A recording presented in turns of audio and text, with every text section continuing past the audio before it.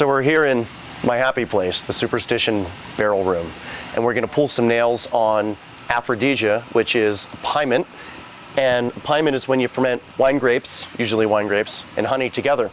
And it's really one of my favorite things to make and to drink. So we're going to start by sanitizing our nail and our bung.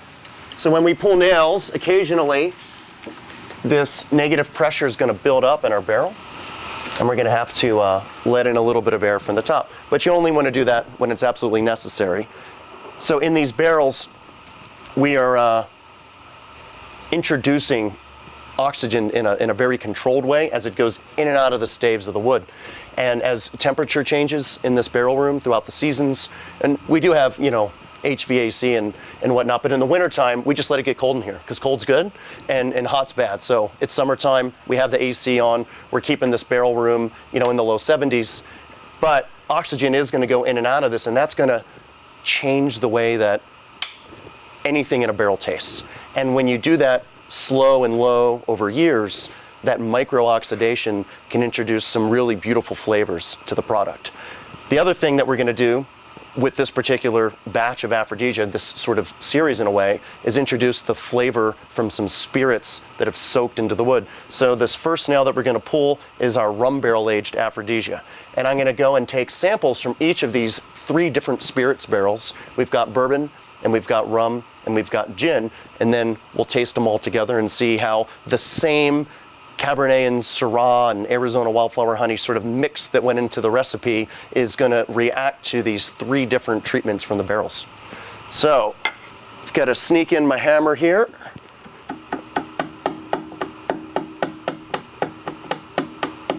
And just in case this nail were to pop out and fall on the floor, I've got nails in a sanitized jar as well. It's time to pull a nail on our rum barrel aged Aphrodisia.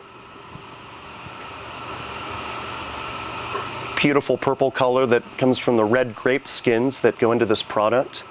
And that's a healthy sample there. All right, so number 1 is rum.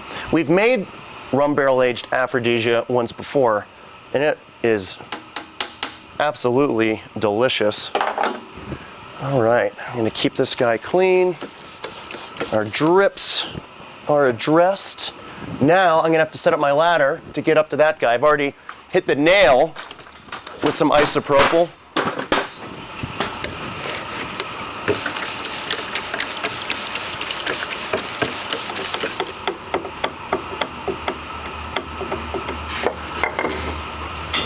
And that nail fell to the floor, and I can keep catching this sample as I grab my spare nails. There we go.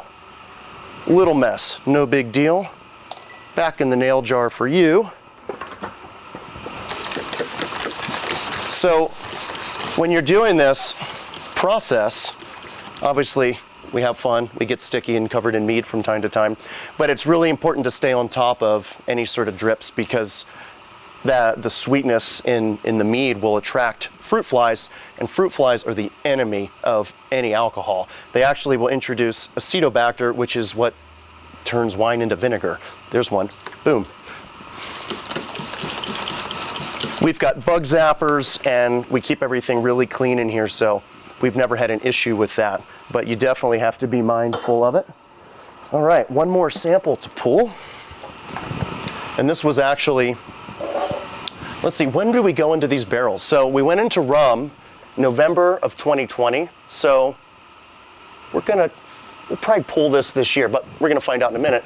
And then same thing, so that we barrel aged these all at the same time.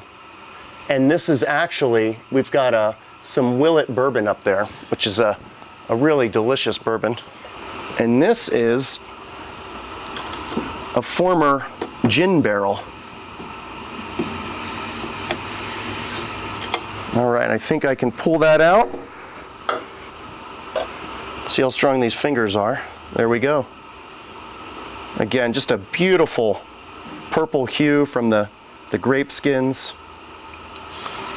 So first off, I have some barrel candy on me. So when there are drips that that sort of, they dry up on the barrel. We call it barrel candy, and you can actually like kind of eat it like delicious sweet candy. So we've got our rum. This was Cruzan rum before it aged Aphrodisia.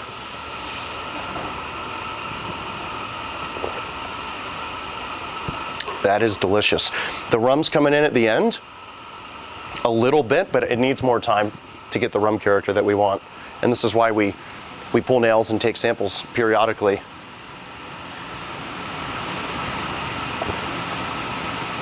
It's there. And you know, normally I'll just kind of take a little sip. I just took like a really big sip to totally like coat the palate. And by doing that, I can taste the rum more. And you know what's kind of cool is I've been getting more interested in rums at home and just drinking them neat or with an ice cube. And I really like the caramel flavor that you get out of certain extended barrel-aged rums. So as I've been experimenting with some pretty cool higher-end rums, I can actually pick out that characteristic of just caramel that's going with this really nicely. All right, I don't want to finish the sample because I'm going to compare these guys as I go along. I'm going to come back to you. All right, so bourbon. It smells different. Again, I don't feel like this is ready yet just from the aroma. Like I was expecting there to be maybe a little bit more of a bourbon nose, but it's there, it's heading in the right direction.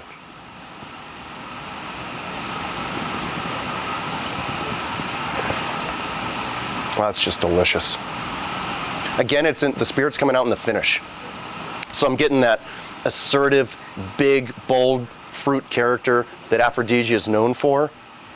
The honey is just playing with the fruit so well. It tastes fresh.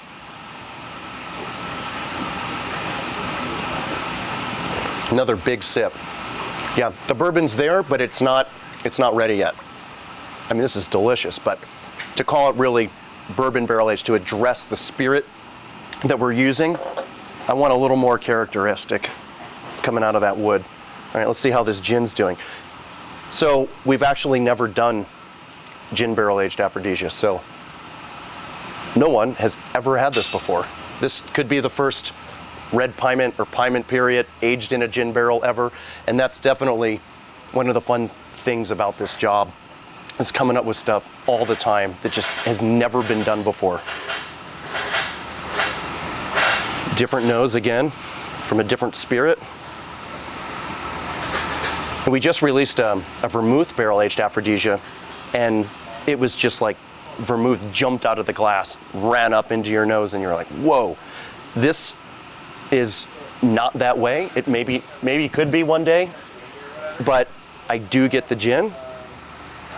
Ironically, in sort of the same levels of the other spirits.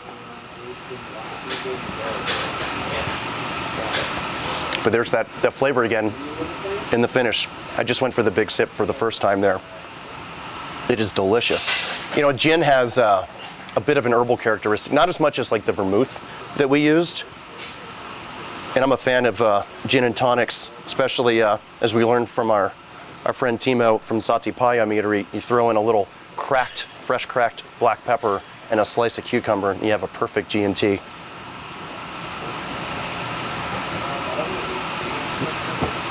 That is delicious. You know, if I package these right now, I think people would love them, but I still think we need a little bit more time in the barrel.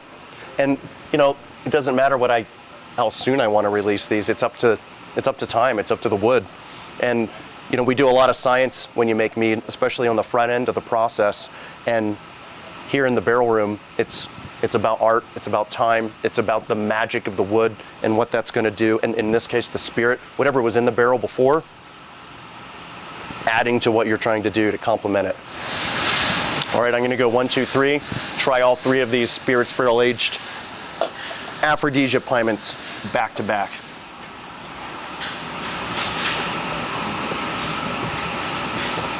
Rum. Oh, the caramel just goes with the dark fruit so well. Bourbon, noticeably sharper in a nice way. And gin. Fresh, herbal. I love the delicate nature. I don't expect that these barrels are going to get, because they've been in there for, 10 months or so at this point, too much more of a spirit character, but there's enough there, and it's actually perfectly balanced. And sometimes the definition of what good is, right? Like I always say, if something has a finish that just keeps going, and like I'm speaking right now and I can just keep tasting the flavors, like that's there for sure.